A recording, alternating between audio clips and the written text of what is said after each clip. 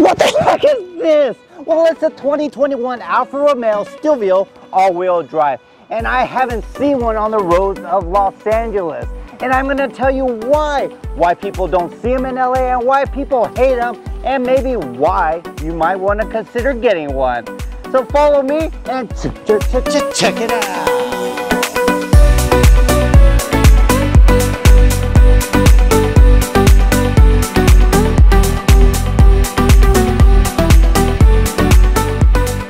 This 2021 TI Sport Alfa Romeo Stelvio is curvaceous, unique, and has all the characteristics that stand out from its competitors, like its triangular taillights with a painted rear valence that integrates the chrome tailpipes, these 20-inch 10-spoke black rims with red calipers, triangular grille, and menacing headlights. Other than the base, the trim levels have pretty much the same visual appearance. The TI Sport comes with paddle shifters, leather trimmed seats, and a sports tuned suspension. The Q4 in the back means it has the optional all-wheel drive.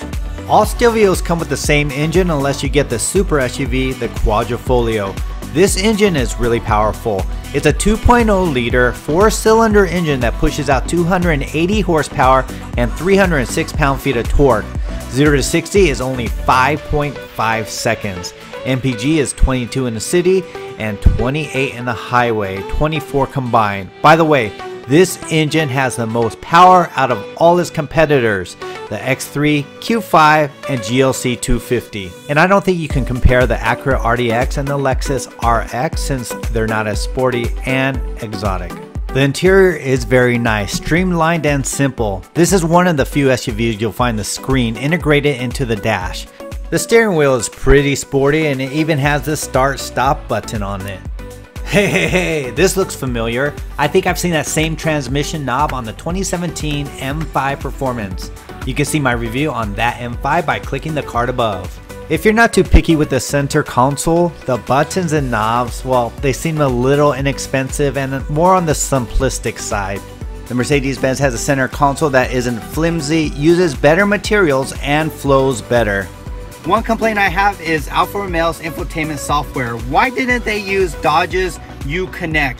You find it in the Dodge Challenger and Charger, and it's excellent, just like Chevrolet MindLink and Ford Sync. It's up there, easy to use, and everything's on there that you need. Why did they use this system? It's okay. The screen is still touchable, but the interface is not that great. It's a little slow to respond and doesn't respond at all sometimes when you touch the screen. Maybe I just have dirty fingers. Other than the center console's knobs, Alfa Romeo uses really good plastics, aluminum, and you wouldn't know that this wasn't genuine leather. The stitching and design of the seats stand out when you get into this SUV. They feel really good. They're on the sporty side, a little less than firm. They hold you in place and give you good support. This has lumbar support, but no thigh extension. One thing to know is that all 2023 Stelvios come with memory seats now. One thing you may not like is that paying $55,000, this telescopic and tilt steering wheel is manual, so you have to pull that lever and adjust it. For 55 grand, this should be automatic. Don't let that button on that door handle fool you. Like most cars, typically it opens all the doors, but this button just locks all the doors. To unlock it, put your hand behind the door handle and it opens, but there's no way to open all the doors from that door handle. It's still locked, so you have to go in and open it manually. It can be annoying, you just have to get used to it. Now I'm going to share something with you that's really annoying. To open the hatch, you pull this lever up, it's one touch and the hatch opens. To put it down is another thing. You push the lever down, and if you release the button, the hatch stops. Now once you get to a certain point, like right there, you stop, you can't start it up again. Like right there, you can't start it up again. You got to put it back up and then push it down. Then it closes for you. Not a great feature. It should be one touch up and one touch down. The back seats are comfortable, just a little more contour would be much appreciated. The seats are a few inches higher than the front seats so your doggy could see out the front window. It comes with an armrest, 2 cup holders, 2 vents, 2 USBs, and 2 heated seats. I like that a lot. Let's see how easy it is to get inside and how comfortable it is once I get in there. I'm 6 feet tall. I'm gonna sit behind myself. Now it's really easy to get in because this is a mild coupe-like design, so you won't have an opportunity to knock yourself out. I have about 3 inches of leg space and about 1 inch to 1.5 inches of headroom because it opens wide up here. There's a pan roof. The hatch space is about 18.5 cubic feet of space, which is more than Mercedes-Benz GLC, but less than the BMW X3. It's pretty big, and it's really easy to release the back seats. Just pull. It has a 12-volt outlet, hooks to hold cargo nets, as well as rails to help secure items down. The Chevy Blazer that I review had these. You'll only find use for them if you haul a lot of cargo, but even if you do, I feel like it's just one of those gadgets that car companies install to increase the price. I want to give a shout out to my sponsor Mercedes-Benz of downtown Los Angeles and Rafael Gonzalez for lending me their 2021 Stelvio for the day.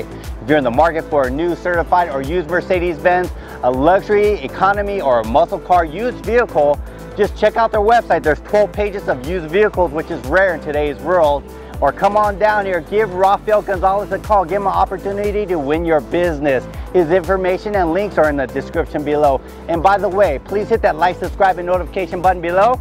They love seeing those. Helps me get cars like those behind me to review for you.